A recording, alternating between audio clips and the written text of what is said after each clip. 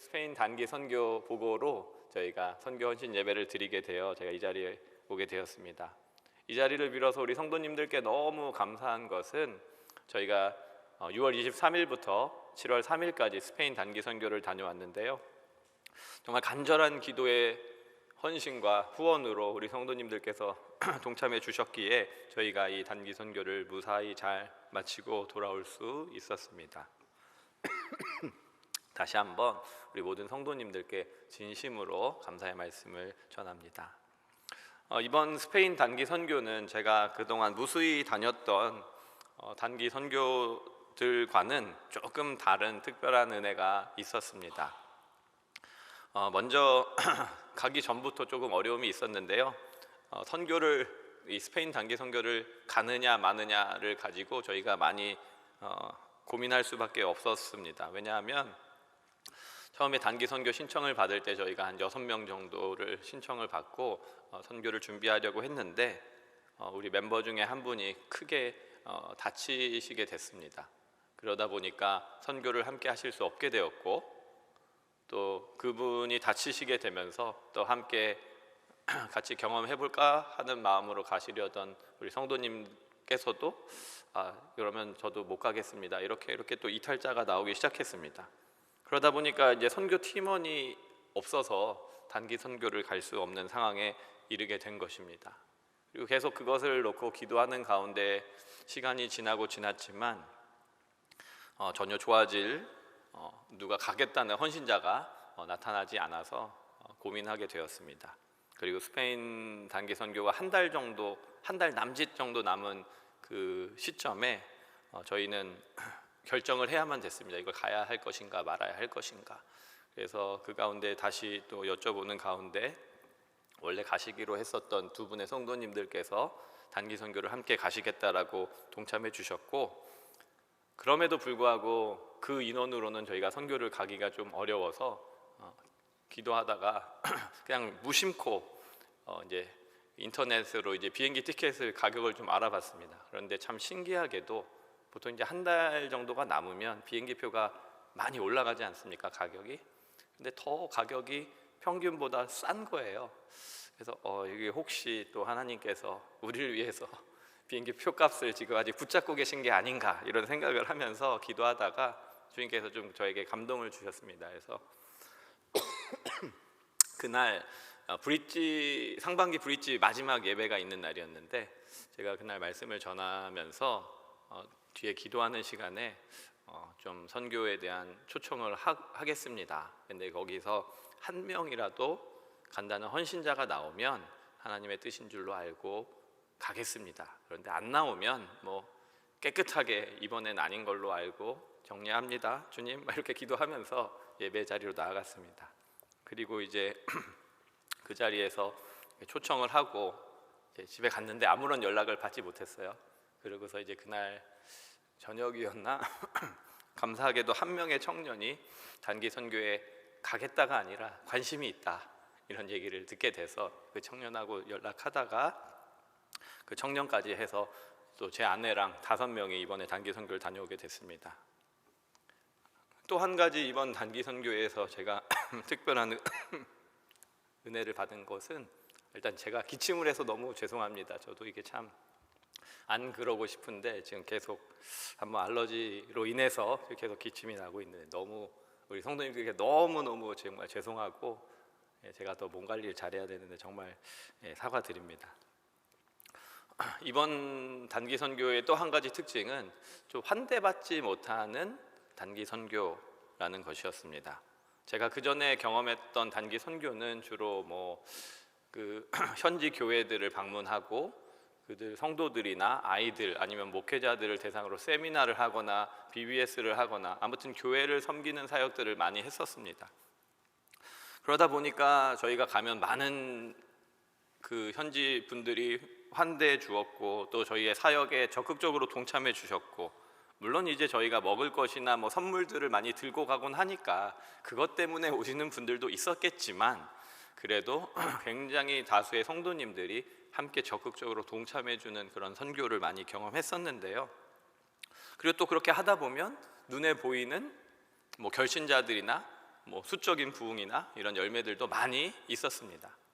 그런데 그런 경험들과 비교해서 이번 스페인 단기 선교를 바라보면 많은 차이가 있었습니다.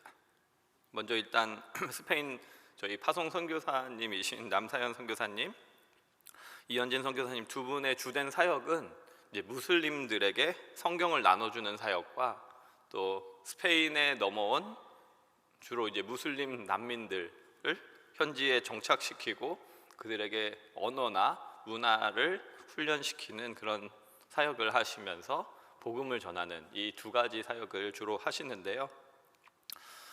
그 문화 사역은 하시다가 코비드로 인해서 너무 어려워지면서 잠시 쉬고 계셨습니다.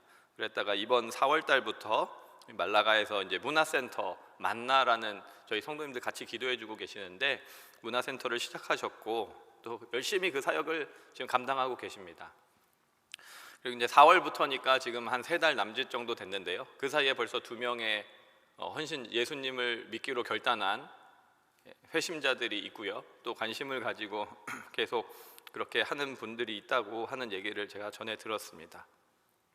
그리고 이제 우리 단기 선교팀이 가서 주로 했던 사역은 아프리카 모로코와 가장 근접한 항구 중에 하나인 알제시라스라는 그 항구에서 무슬림 분들이 주로 거기에 많이 오고 가기 때문에 성경책을 나눠주는 그런 사역을 했습니다. 그래서 성경을 오가는 사람들한테 전하고 아니면 예수님에 관련된 책들을 나눠주는 사역 가운데 이렇게 하는데 뭐 그게 현지 교회랑 연결된 것도 아니고요. 그러니까 뭐 특별히 저희들을 기다리는 사람도 없고 또 상대가 무슬림이다 보니까 저희들에게 호의적이지 않은 그런 태도들이 더 많이 있었습니다. 그리고 무작정 기다리다가 찰나적으로 성경을 주는 거니까 그들이 그 성경을 받은 다음에 어떻게 변화하는지도 알 수 없는 정말 맨땅에 헤딩하는 그런 사역을 한 것 같습니다. 그래서 이 사역은 주로 이제 A팀과 B팀 두 개로 나눠서 2시간씩 번갈아서 총 8시간에 걸쳐서 한 팀이 4시간씩 이렇게 전도하는 사역이었는데요. 그러다 보니 뭐 눈에 보이는 열매도 없고 환대하는 사람도 없고 어떤 날은 성경을 나눠주려 그래도 한 4시간 동안 1명, 2명 정도에게 저는 겨우 전해준 적도 있었습니다. 물론 우리 권사님들은 많이 전해주셨지만 그러다 보니까 제 가운데 이거 뭔가 좀 시간 낭비하는 게 아닌가? 굳이 그 비싼 돈을 내고 이 귀한 시간에 걸쳐서 사람들도 잘 못 만나고 만나도 거의 거절당하고 어쩌다 1명, 2명에게 주고 그나마 준 것도 또 가져갈지 아닐지 모르고 다음날 아침에 나가보면 역 근처에 우리가 나눠주었던 성경도 다시 놓여져 있고 좀 이게 과연 효과적인가 이런 고민들을 제 안에서 하게 되었습니다. 그러다가 이번 단기 선교 그러다 보니까 생각할 시간이 많은 거예요. 혼자 기다리다 생각하고 기도하고 뭐 이렇게 시간을 보내다가 하나님께서 저에게 좀 깨닫게 해주신 마음이 있었습니다. 그것이 바로 아버지의 마음. 이 아버지의 마음이라는 단어가 제 마음 가운데 깊게 박히게 되었고 그것에 대해서 좀 묵상하게 되었습니다. 그러면서 오늘 우리가 함께 읽었던 오늘의 본문 누가복음 15장을 생각할 수 있게 되었습니다. 오늘 누가복음 15장 이 본문은 교회 다니지 않는 사람들도 한 번쯤은 들어봤을 만한 탕자에 관한 말씀입니다. 아버지에게 2 아들이 있는데 둘째 아들이 아버지에게 유산을 달라 이렇게 이야기를 하죠. 뭐 한국도 마찬가지지만 유대인들에게 있어서 유산을 달라는 것은 아버지가 이제 곧 죽을 날이 가까워 왔을 때에도 사실은 그 얘기를 꺼내기가 쉽지 않은 건데 아버지 건강하신데 유산 달라는 거는 아버지를 죽은 사람 취급하는 것과 같은 아주 배은망덕한 행동입니다. 그럼에도 불구하고 이 아버지는 아들의 요구대로 그 재산을 나눠주시죠. 그리고 이 아들은 아버지를 떠나서 허랑방탕하게 모든 재산을 다 소비하고 더 이상 먹고 살 수 없게 됩니다. 그러고 나니까 그때서야 아버지가 생각이 난 거죠. 아버지 집에는 일하는 품꾼들도 잘 먹고 잘 사는데 나는 이거 당장 굶어 죽게 됐구나. 내가 거기서 노동이라도 하면서 품꾼들 같이 산다면 끼니는 때울 수가 있겠구나. 염치 없지만 당장 먹고 살 수 없고 죽게 생겼으니 그럼 아버지한테라도 가서 품꾼으로 삼아달라고 해야 되겠다 이러고서 아버지께 돌아갑니다. 우리 20절 말씀 한번 같이 읽어보겠습니다. 시작. 거리가 먼데 아버지가 그를 보고 측은히 여겨 달려가 목을 안고 입을 맞추니. 아들이 돌아오는데 이 아버지가 어떻습니까? 마을 입구에서 거짓골을 하고 돌아오고 있는 이 아들을 보면서 단번에 이 아들을 알아봅니다. 이 아들은 아버지가 계신지 아닌지도 알아보지 못하지만 이 아버지는 아들을 알아보고 그 아들에게 달려가 목을 끌어안고 아들에게 입을 맞추고 있다라고 오늘 20절 말씀하고 있습니다. 어떻게 아버지는 이럴 수 있었을까요? 아버지는 아들이 나간 그 날부터 이 아들이 사실은 부잣집 아들로 귀하게 자랐는데 뭘 할 수 있었겠습니까? 많은 재산을 나눠 주었지만 멀지 않아 이거 다 낭비하겠구나 이미 아버지 알고 있었을 것입니다. 그리고 이게 돈 다 쓰고 시간이 지나 갈 데가 없으면 혹시는 돌아오지 않을까 그 생각을 하면서 그때부터 이 아들이 돌아오기만을 계속 기다리고 있었던 것입니다. 그래서 마을 입구를 바라보며 오늘이나 올려나 내일이나 올려나 그렇게 아들을 기다리고 있었던 것이죠.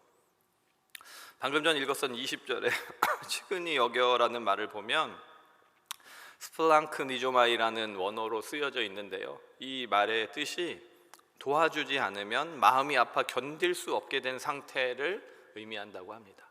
그러니까 정말 이 도와주지 않으면 어쩔 수 없어요. 정말 가슴이 정말 애끓는 아버지의 부정을 의미하고 있는 것이죠.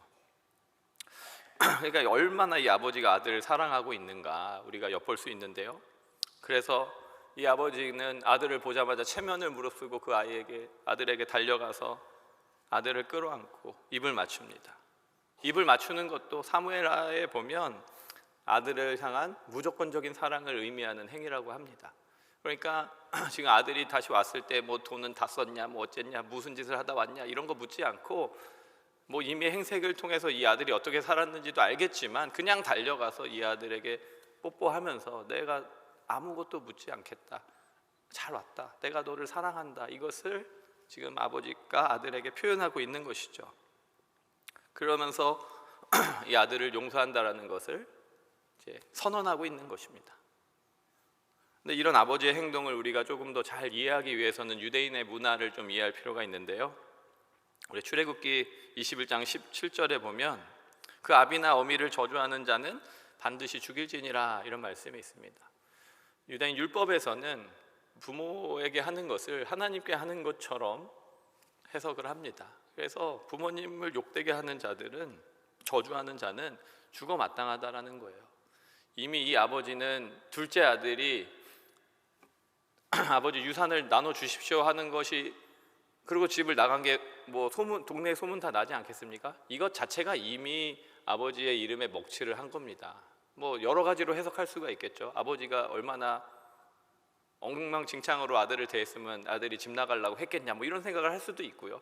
어찌 됐건 저찌 됐건 이런 행동 자체가 돌맞아 죽어 마땅한 이 아들의 행동인 것입니다. 그러니 모르긴 모르지만 이 아들이 혹시라도 돌아올 때 마을 사람들이 이 아들을 먼저 발견하기라도 한다면 저런 배은망덕한 놈이 돌아왔다고 우리 마을에 스치라고 돌을 던지고 이럴 수도 있는 것 아니겠습니까?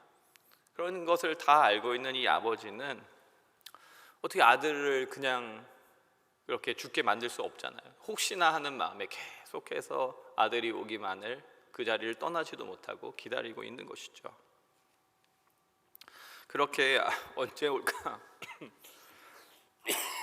어제나 올까 내일이나 올까 하는 그 마음으로 그 자리에서 계속 기다리고 있었던 그 마음이 바로 아버지의 마음인 것이죠. 제가 그 항구에서 그냥 무작정 그 무슬림들을 기다리다가 처음에는 이게 뭐 하는 걸까 이런 마음도 들었고, 정말 맨 처음에는 무슬림이 오면 무슬림이 아니길 바라는 마음도 들었고, 전도하는 게 또 오랜만에 전도하려니까 무서운 거예요. 그리고 이 시간에 다른 사역을 하면 어쩌나 이런저런 생각을 하다가 이제 계속 기다리다가 결국 이런 생각까지 도달하게 된 것입니다. 그러면서 나중에 하도 안 오니까 아무라도 한 명이나 와서 말이라도 좀 해봤으면 좋겠다, 그런 생각을 하다가 정말 주님이 이 마음으로 한 영혼을 기다리고 계시지 않겠나, 그 생각을 하게 된 것이죠. 사실 무슬림들에게 복음을 전하러 가는 일은 참 위험한 일입니다. 무슬림 국가에서 복음을 전하는 것은 사실 거의 불가능한 일이고요. 물론 그 가운데 특별히 용기 있는 한국 선교사님들은 목숨을 걸고 선교하시는 경우도 많이 있습니다. 그러나 이 스페인은 또 그래도 무슬림 나라가 아니잖아요. 그러다 보니까 그 안에 있는 무슬림들에게 복음을 전한다고 해서 우리가 목숨이 위험한 것도 아니죠. 그러니까 스페인에서 안전하게 이 무슬림에게 복음을 전하는 것, 이것이 참 은혜구나, 그런 생각을 많이 하게 되었습니다. 사랑하는 모든 우리 성도 여러분, 하나님께서는 이렇게 한 영혼을 기다리고 계세요. 오늘 혹 예배 가운데 아직 예수님을 잘 알지 못하시는 분, 믿음이 없으신 분들이 있으시다면 하나님께서 그렇게 여러분들을 기다리고 계십니다. 예수님을 만난 우리들 마찬가지죠. 우리가 언제 어떻게 예수님을 각자 다 만났는지 모르지만 하나님께서는 그 시간을 오래도록 기다리고 계셨다라는 것이죠. 그리고 우리가 예수님을 만나서 변화되었을 때 하나님께서 그것을 보시면서 얼마나 기뻐하셨겠습니까? 오늘 이 둘째 아들을 보고 달려나가서 끌어안았던 것처럼 정말 우리를 바라보면서 그 마음으로 잔치도 열고 축복하고 싶은 그런 마음으로 우리를 기다리셨던 그 주님의 마음을 우리가 기다려야 합니다. 깨달아야 합니다. 그런데요, 사실 지금 이 자리에 계신 분들은 거의 대부분 이제 수요일이기도 하고요, 예수님을 영접한 분들이 다 모여 계시지 않겠습니까? 그 말은 자녀가 되었고 우리는 천국의 유업을 받은 자들이라는 의미지요. 그렇다면 오늘 본문에서 우리들은 어떤, 대입해 본다면 어떤 인물과 매치가 되겠습니까? 바로 우리는 오늘 본문에 나오는 그 탕자 스토리에서 첫째 아들과 매치가 되는 사람들이라고 할 수 있습니다. 15장 12절에 보면 둘째가 그 아버지에게 말하되 아버지여, 재산 중에서 내게 돌아올 분깃을 내게 주소서 하는지라. 아버지가 그 살림을 각각 나누어 주었더니, 둘째가 재산을 나눠달라고 했는데요, 그 아버지가 각각 살림을 나누어 주었다, 이렇게 말씀하고 있어요. 그러니까 이 둘째의 요구에 둘째 것만 떼어서 준 것이 아니라 둘째의 유산도 주었지만 첫째에게도 받을 유산을 주었다라고 성경은 말씀하고 있는 것이죠. 이렇게 생각을 해본다면 첫째 아들도 아버지로부터, 아버지가 돌아가셨을 때 법적으로 받아야 되는 모든 유산을 다 받은 상태가 되는 것이죠. 그러니까 이미 아버지로부터 받을 거 다 받은, 은혜를 다 받은 아들이 첫째, 둘째 아들이었다라는 거예요. 근데 둘째는 집을 나간 거고 첫째는 남아 있었던 거죠. 근데 중요한 것은 무엇입니까? 아버지가 엄청난 부자이고 그 유산을 다 나눠 주었어요. 얼마나 감사한 일이에요. 달라고도 안 했는데 아직 살아 계심에도 큰아들에게도 동일하게, 사실 첫째는 2배를 받거든요. 그러니까 그 많은 돈을 유산으로 주었으면 감사한 것 아닙니까? 아버지의 사랑을 깨달을 만하지 않습니까? 그러면 이제 우리가 첫째 아들이라고 생각을 하고 오늘 본문으로 들어가 보는 것입니다. 우리의 동생이 집을 나갔습니다.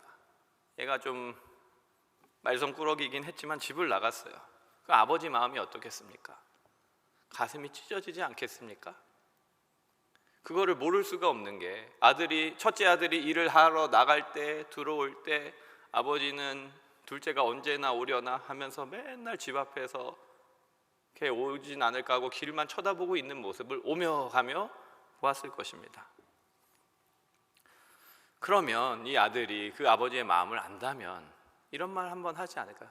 아버지, 제가 한번 나가서 둘째를 찾아볼까요? 이런 말을 하는 게 인지상정인데 그런 내용이 전혀 나오지 않습니다. 심지어 우리가 읽지 않았지만 오늘 본문 뒤에 스토리를 다 아실 것입니다. 동생이 돌아왔지 않습니까? 그래서 아버지가 너무 기쁜 나머지 끌어안고 잔치를 벌입니다. 첫째 아들은 열심히 일하고 돌아오는데 집에서 잔치가 일어나서 무슨 일이냐 물어보니까 둘째가 왔습니다. 둘째 아드님이 도련님이 돌아왔습니다. 이 얘기를 듣고 그가 노했다 그래요. 화가 나서 그 잔치에 함께하지 않으려 했다라고 성경은 말씀하고 있습니다. 우리 누가복음 15장 29절 30절 말씀 함께 읽겠습니다.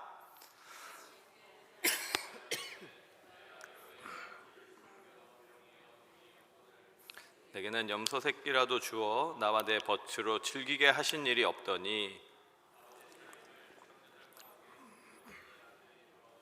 이를 위하여 살찐 송아지를 잡으셨나이다. 제가 이 29절 30절 말씀을 처음에 봤을 때 저는 첫째 아들이 아직 유산을 받지 못해서 유산을 이제 받아야 되잖아요, 언젠가는. 그러니까 아버지께 계속 순종하면서 말을 잘 들어서 유산을 받아야 되겠다 이러고 일하다가 이 사건이 일어났다고 생각했습니다. 그러면 억울한 거 아니겠습니까? 그래서 나는 아직 유산도 못 받았고 일만 죽어라 했는데 내가 친구들하고 할 땐 염소 새끼라도 한 번 준 적이 없더니 어떻게 저런 배은망덕한 둘째한테 이렇게 할 수가 있습니까? 라고 하는 줄 알았어요. 근데 오늘 말씀을 보니까 그것이 아니에요. 이 첫째 아들도 다 받았습니다. 모든 유산을 다 받은 거예요. 그리고 이 아버지의 성품상 만약에 이 첫째가 필요한 것이 있습니다라고 얘기하면 얼마든지 아버지가 더 주었을 것입니다. 그럼에도 불구하고 이 첫째 아들이 왜 지금 이렇게 행동하는 것일까요? 자기가 받은 은혜에 감사할 줄 모르고 지금 나에게 주어진 것을 가지고 자족할 줄 모르는 아주 미숙한 수준의 아들이었던 것이죠. 그럼 이 아들이 왜 이렇게 미숙하게 이 수준을 벗어나지 못하고 있을까? 아버지의 마음을 바르게 이해하지 못해서라고 저는 생각합니다. 저도 이 말씀을 준비하면서 제 자신을 깊게 돌아보는 시간을 좀 가졌는데요. 우리가 하나님께 기도하면서 이거 주십시오, 주님 저거 주십시오, 이 문제 해결돼야 됩니다, 저거 해야 됩니다. 우리의 기도의 대부분은 달라 하는 기도가 참 많습니다. 제가 그렇습니다. 그런데 생각해 보면 하나님께서는 사실 이미 충분한 은혜를 주셨어요. 바울이 병을 고쳐달라고 간절히 3번 기도했음에도 주님이 뭐라 하십니까? 내 은혜가 족하다. 물론 그것이 없지만 이미 너에게 남이 가지고 있지 않은 많은 것들을 주었다. 그것이 하나님께서 주시는 말씀 아닙니까? 그리고 그것을 주지 않으시는 이유도 이것이 바울을 위해서인 것을 우리가 다 알 것입니다. 동일하게 우리에게 적용한다면 하나님께서는 우리에게 이미 은혜를 베풀어 주셨어요. 그 은혜 중에 가장 큰 은혜가 무엇입니까? 다른 어떤 것과도 바꿀 수 없는 가장 큰 은혜, 바로 구속의 은혜인 것이죠. 우리의 죄를 사함받고 천국의 유업으로 받은 것, 믿음으로 구원받아서 상속자 된 것이 가장 큰 은혜입니다. 그것보다 더 귀한 은혜는, 그거와 바꿀 수 있는 은혜는 없어요. 수억을 준다 한들, 명예를 준다 한들, 건강을 준다 하든 우리가 이 땅에서 원하는 그 어떤 것을 다 주신다 하더라도 그 구원의 은혜, 천국의 은혜와는 바꿀 수 없는 것 아닙니까? 그 은혜를 이미 우리가 받았어요. 그 유업을 이미 첫째 아들이 받았습니다. 그것만으로도 충분합니다. 그런데 그것에 만족하지 못하고 아버지는 나한테 염소 새끼 하나 안 주셨잖아요. 뭐 하나 서운한 것에 묵상하면서 삐져있는 모습이 이 아들의 모습 아닙니까? 아버지의 본심을 잘 몰랐던 거예요. 사실은 이게 다른 이 첫째 아들의 얘기가 아니고 저도 제가 첫째 아들일 거라 생각을 많이 안 해봤는데 이게 나의 모습이구나, 우리의 모습이 될 수 있겠구나 생각하게 된 것입니다. 31절 말씀 보겠습니다. 시작. 아버지가 이르되 너는 항상 나와 함께 있으니 내 것이 다 내 것이로되. 지금 예수님으로 말미암아 우리는 하나님과 항상 함께 동행하는 자 아닙니까? 죄인인 인간들은 누구도 하나님과 동행할 수 없습니다. 죄된 우리가 하나님께 나아가면 죽음뿐입니다. 그러나 예수 그리스도의 십자가의 능력으로 말미암아 우리는 다시금 예수의 이름으로 하나님과 교제하는 그런 자녀들 된 것 아닙니까? 마태복음 6장에 보십시오. 들의 풀도 하나님이 입히시거든 하물며 너희일까 보냐 믿음이 작은 자야. 내가 들풀도 지키는데 자녀인 너희들을 내버려 두겠니? 그럴 리가 없잖니. 하나님께서 말씀하시는 거 아닙니까? 이 첫째 아들이 그 믿음이 없는 거예요. 우리가 교회에 다니면서 예수님을 믿는다고 하면서도 그 믿음이 없는 거예요. 그러다 보니까 아버지를 섬겨 명을 어김이 없었던 거 아닙니까? 내가 이거 좀 안 하면, 잘못하면 못 받겠지, 유업이 줄겠지, 뭔가 벌 받겠지. 우리는 하나님과 우리의 관계를 자꾸 율법적으로 생각하려고 하는 그런 경향성이 있습니다. 아버지와 아들 관계임에도 불구하고 기브 앤 테이크라는 주인과 종의 관계로 생각을 하는 것이죠.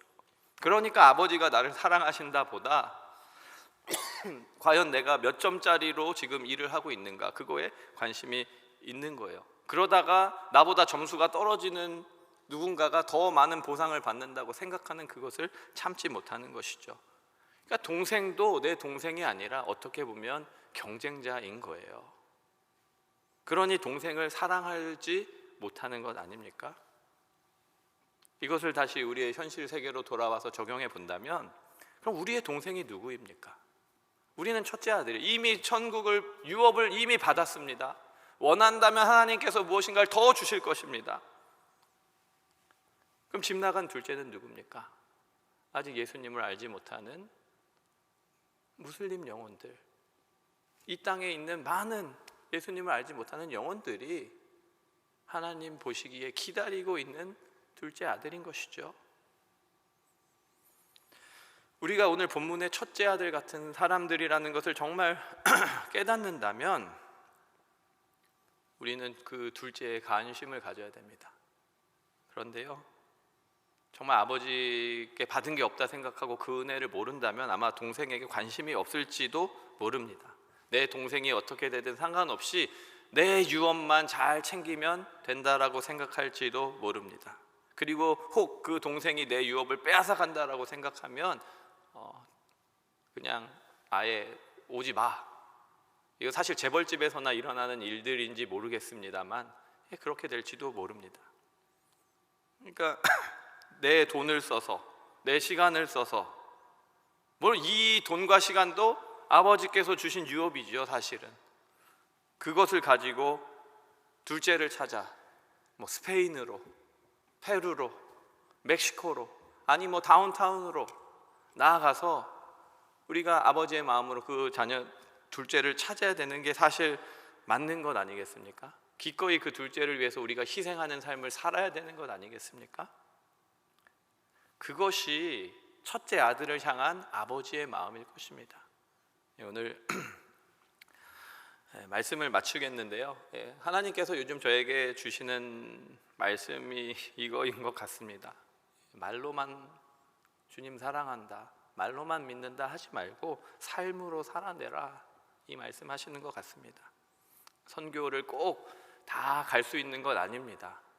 집을 지켜야 되는 형제들도 있고요, 건강상의 문제도 있을 수 있고요, 다. 그러나 정말 중요한 것은 단기 선교를 다 나갑시다 이 얘기를 하고 싶은 것이 아니고요, 이 세상에 있는 많은 둘째에게 과연 우리는 첫째로서 마음이 있느냐를 한번 돌아볼 수 있으면 좋겠습니다. 오늘 본문의 아버지의 마음, 저는 두 가지로 이야기하고 싶습니다. 자녀들을 너무나도 사랑하는 그 아버지의 마음, 그리고 자녀들을 너무 사랑하기에 첫째 아들, 둘째 아들이 사이좋게 화목하게 지내기 원하는 아버지의 마음. 예수님은 그것을 아마 다른 표현으로 이렇게 말씀하신 것 같아요. 하나님 사랑, 이웃 사랑. 아버지가 얼마나 우리를 사랑하시는지 깨닫고 그 하나님을 사랑하면 이웃, 굳이 이웃이 먼 이웃이 아니라 둘째 동생도 내 이웃인 거죠. 그 둘째를, 셋째를 사랑할 수 있는 그 마음이 우리 가운데서 진정으로 회복되어지는 은혜가 있기를 주님의 이름으로 축원합니다. 우리 단기 선교 다녀온 영상이 있는데요. 영상을 같이 보시고 우리 강주의 권사님께서 잠깐 간증해 주시겠습니다.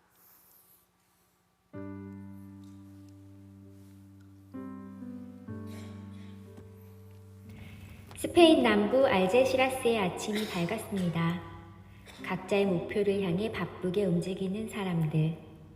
그러나 그 길 끝에 무엇이 있는지 알지 못한 채 오늘을 살아갑니다. 하지만 우리는 알고 있습니다. 우리의 인생길 끝에는 영원한 천국과 지옥의 삶이 있다는 것을요. 그래서 우리는 그 발걸음을 멈출 수가 없습니다. 우리가 도착한 그곳은 기대한 것보다 사람들이 많지 않았습니다. 그래서 때로는 누군가를 만나기 위해 하염없이 서서 기다려야 했습니다. 무수히 많은 거절을 감당해야 했고 때론 거절당하는 것이 두려워 망설인 적도 있었습니다. 그러던 중 깨닫게 되었습니다. 오래도록 우리를 기다리셨던 아버지의 마음을요. 복음을 전하기 위해 수없이 걸어야만 했던 믿음의 선조들을 생각해 봅니다. 그들의 발걸음으로 인해 누군가에게 복음이 전해지고 그 복음이 또 누군가에게 전해지고 마침내 우리에게까지 전해진 것은 말입니다. 그리고 우리가 받은 그 복음을 전하기 위해 우리는 계속해서 누군가에게로 걸어갈 것입니다. 안녕하세요. 사랑하는 충현교회 성도님 여러분, 감사합니다. 이번 단기팀을 또 이곳 스페인 남부의 무슬림 사역으로 보내주셔서 저희가 기쁘고 즐겁게 잘 사역을 했습니다. 저희 이번 팀에 오셔서 사역한 것은 성경 패키지를 무슬림들에게 전달하고 또 기회가 되면 그들과 예수님에 대해 이야기하는 시간이었습니다. 모두들 적극적으로 또 전문가적으로 잘 참여해 주셔서 너무 감사드리고 또 우리 성도님들 기도해 주셔서 이곳에서 사역을 잘 하고 있습니다. 또한 최근에 저희가 문화센터를 오픈해서 세네갈에서 온 난민들과 말리, 또 감비아, 또 최근에 케냐에서 온 난민까지 그들에게 스페인에 정착할 수 있도록 돕고 있습니다. 또한 그들에게 예수님의 복음을 전해서 벌써 4월부터 시작했는데 2명이 예수 그리스도를 영접하고 1명이 호감을 갖고 있습니다. 이 무슬림을 전도하는 사역을 위해서 계속해서 기도해 주시고요. 또 스페인에 오셔서 또 여러분 함께 귀한 사역 감당했으면 좋겠습니다. 이곳에서 시작되는 무슬림의 사역이 크게 쓰임받기를 소원합니다. 감사합니다.